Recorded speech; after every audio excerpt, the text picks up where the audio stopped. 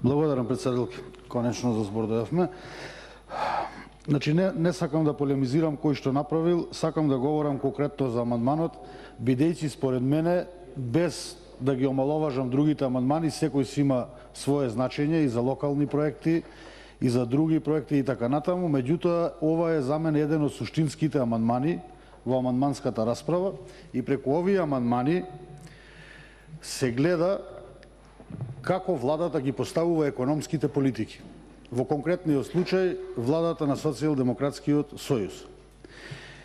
И добро е што има издвоено средства за развој на малите и средни предпријатија, за волја на вистината, значи не се ни 20, не се ни 7, туку се точно 2,1 и нешто милиони евра. Ево ќе ги земеме 2,2 милиони евра.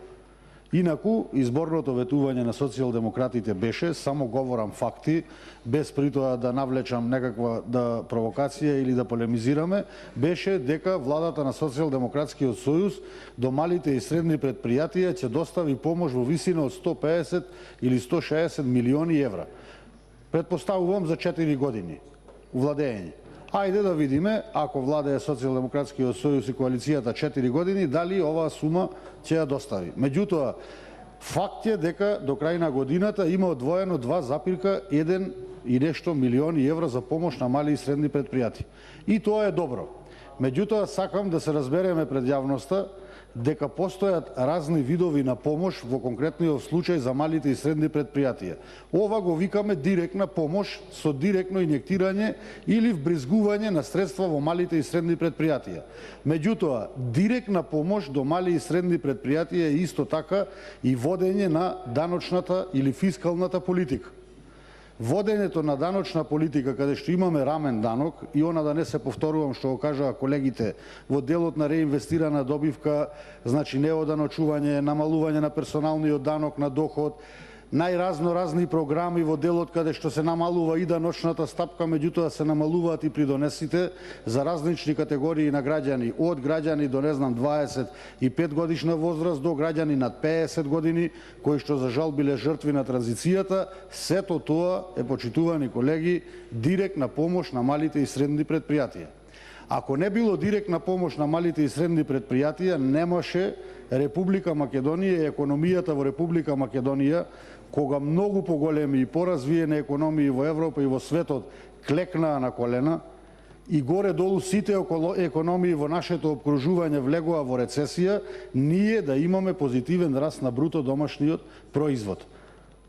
Ако, како што некои велат дека цело време сме ги тероризирале малите и средни предпријатија, не сме ги помагале, а факт е дека над 80%, значи од бруто домашниот производ или од приходите се собираат преку работењето на малите и средни предпријатија и нивните давачки нормално што ги плаќаат кон државата, тогаш Република Македонија немаше да има позитивен раст.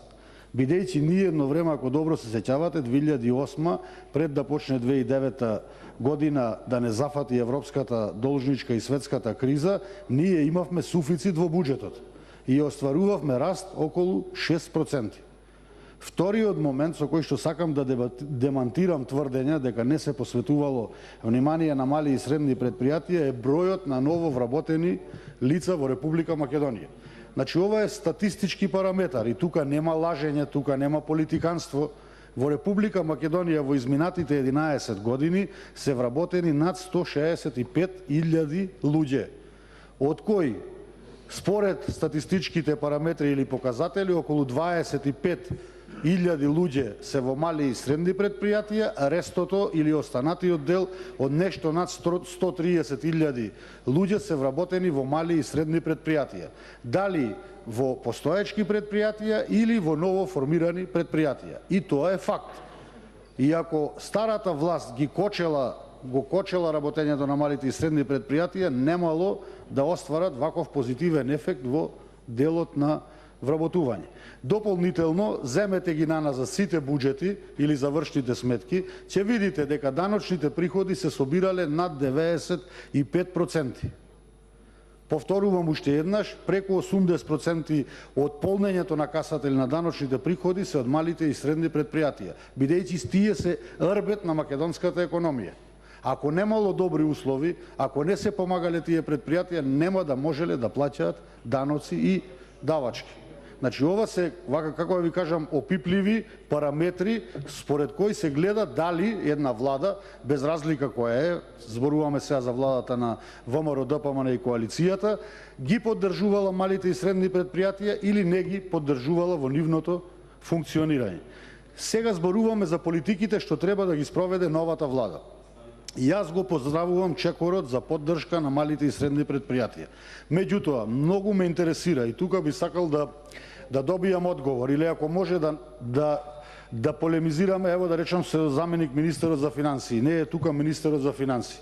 Дали ова конкретна мерка, која што е една од 4 мерки кои што се суштински и предвидени се со овој ребаланс на социјалдемократите, а тоа е радиодифузна такса, обештетување на стечајците, минималната плата и поддршка на мали и средни предпријатија, е единствената мерка која што сега за сега новата влада има предвидено за помош на мали и средни предпријатија. Значи, многу ме интересира.